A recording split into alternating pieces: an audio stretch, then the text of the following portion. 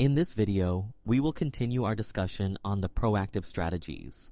As we shared earlier, being proactive means anticipating needs, problems, or challenges, and working to avoid them. Proactive strategies are implemented before misbehavior occurs. They also increase children's ability to be successful and independent and have higher self-esteem. Here, we will focus only on proactive strategies related to the SetUp emotional environment. Specifically, we will focus on creating a nurturing and supportive emotional environment that helps children succeed and learn social emotional skills. What is your ideal emotional environment? How do you want your students to feel when they come to your class? Please pause the video and write down 3 things that come to your mind. When we set up an ideal emotional classroom environment, we consider the following positive emotional environment, making the classroom experience culturally relevant. Creating a classroom environment makes children feel understood and accepted by adults and classmates, making the classroom to be a safe place where children can express their emotions and can be supported to learn how to manage those emotions. Set up a positive emotional environment can also include creating a supportive environment for children to work together and help each other. Teaching and modeling. Problem-solving skills can help children learn to solve problems and develop self-esteem and self-efficacy. Finally, it can also include creating an environment that shapes children's growth mindset so they know things are not fixed and can be improved, and they can overcome challenges if they put in the effort, learn, and are persistent. When we create a positive emotional environment in the classroom, it is essential to teach children how to deal with their feelings.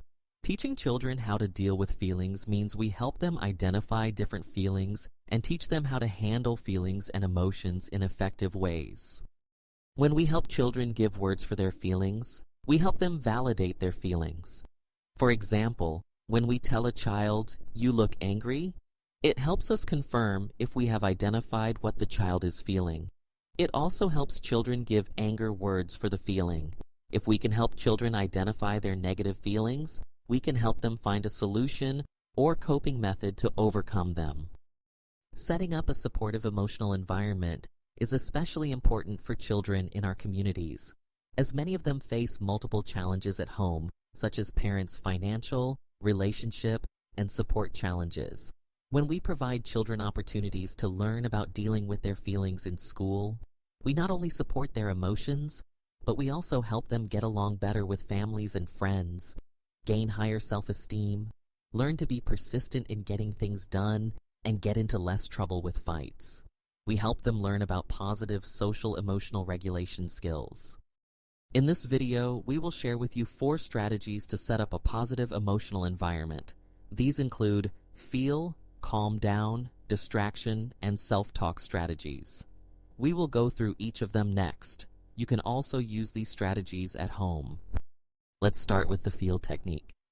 The feel technique can be a responsive approach that helps children learn how to develop self-awareness, self-regulation, and ultimately problem-solving skills by reflecting on their feelings and how to respond to them. It can also be used proactively to prevent a mild misbehavior from escalating, or after an event has occurred, to prevent the challenging behavior from occurring again in a similar situation.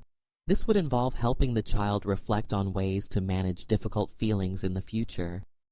The feel technique includes 4 steps.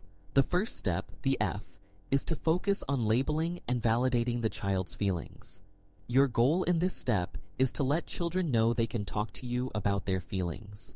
In this step, you can label what you see in the child. You may say to the child, "It looks like you are mad," "It sounds like you are afraid," or "Your eyes look sad." You may also give the child opportunities to express feelings. You can do this by patiently listening to the child and not rushing the child, because it is often not easy for children to express themselves. You can also validate the child's feelings after he or she expresses them. For example, you can say, "Yes, I can see that you are worried," or "I am sorry you feel that way. It's okay to be angry." The second step, the E, is to explore possible solutions for the situation. If appropriate, you can also help the child explore possible solutions for the future. For example, A boy is upsetting because another child teasing him. You can help the child improve the situation by helping him solve the peer relationship problem and exploring possible solutions. You can ask the child, what happened? What went wrong? What can you do to make it better? What would happen if you chose to do that? You can help the child identify solutions based on your classroom rules and norms. The third step, the second E, is to empower the child to pick one of the solutions and carry it out. You can say to the child, which one solution you think we can try it out? How can you carry out this? When will you carry out this? Let's practice how to use this. You're trying to make sure the child has the required skills and a concrete plan to carry out the solution. This may literally mean giving the child the exact words to say and coaching the child through the process. After the child tries out the solution, the last step of feel is to help the child learn from it. You can ask the child questions after they try a solution. For example, you may ask the child, how well did the solution work? What could you have done differently? What did you learn from the experience overall? To make it easy for young children, you can also use the feel poster that includes strategies for children to learn. You can also create your own feel poster displaying common feelings that your students display. You can add various coping strategies that are applicable to your classroom and to your culture. To summarize, the feel steps may be hard for young children at first. Teaching them to deal with their feelings in this way is a process, but it will pay off because there are many benefits of using this. Feel prevents a mild misbehavior from escalating. Feel can reduce the chance that the behavior will reoccur in the future. Feel helps adults have a structure for addressing children's emotions productively. Many teachers that we trained found this technique is helpful. Give it a try. Feel is a strategy for problems that have solutions. However, some problems don't have clear solutions or cannot be solved immediately. In the challenging situation, there are coping skills that adults and children can use to improve their mood. One of the most effective ways to teach children coping skills is for teachers and parents to model their use of the skills when they face problems. In the next few minutes, we will look at 3 positive coping strategies.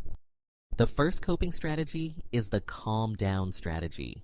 Calm down or relaxation strategy is a technique that involves relaxing your body and getting rid of the tension that contributes to the negative feeling, thoughts, or physical uneasiness.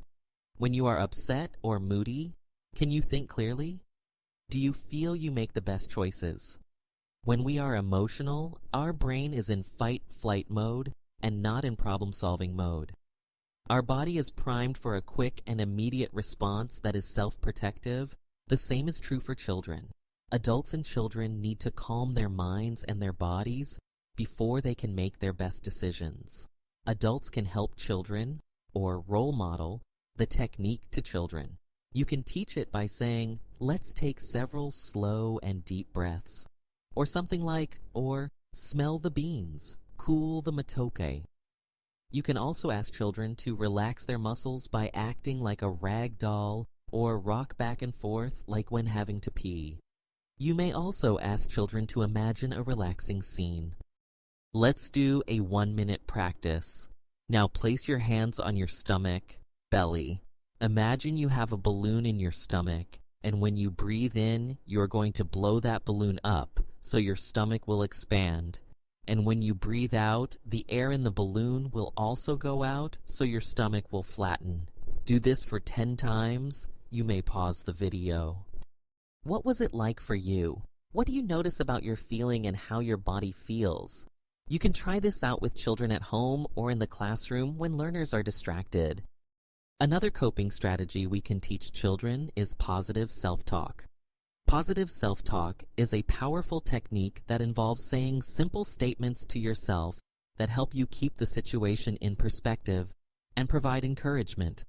What we say to ourselves is incredibly powerful, and we are not often taught how to talk to ourselves in healthy ways. We can remind children to say to themselves when they feel upset or things are difficult. They can say to themselves, "This is hard, but I can do it. This is tough now, but things will feel different, better, tomorrow. I am sad, but if I sit with my friend, I will feel better. The other coping strategy is distraction, or shite attention away from the negative. Distraction is a simple technique that involves becoming engaged in a pleasant activity that is not related to the problematic or upsetting situation. Adults can offer the child a pleasant activity that would distract them from the upsetting situation. For example, a teacher may ask a student, "Which of these pleasant activities can you do right now?" Read a book, take a walk, take a break, play a game. Let's summarize what we have learned from this module.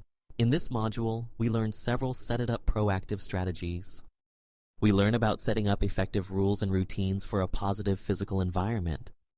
We also learned 4 strategies for creating a positive classroom emotional environment. These include the feel, calm down, distraction, and positive self-talk strategies. Evidence from Ugandan teachers shows that these strategies are helpful to our children. Let's work together to support our learners to become happier, more motivated, well-controlled, and more confident children.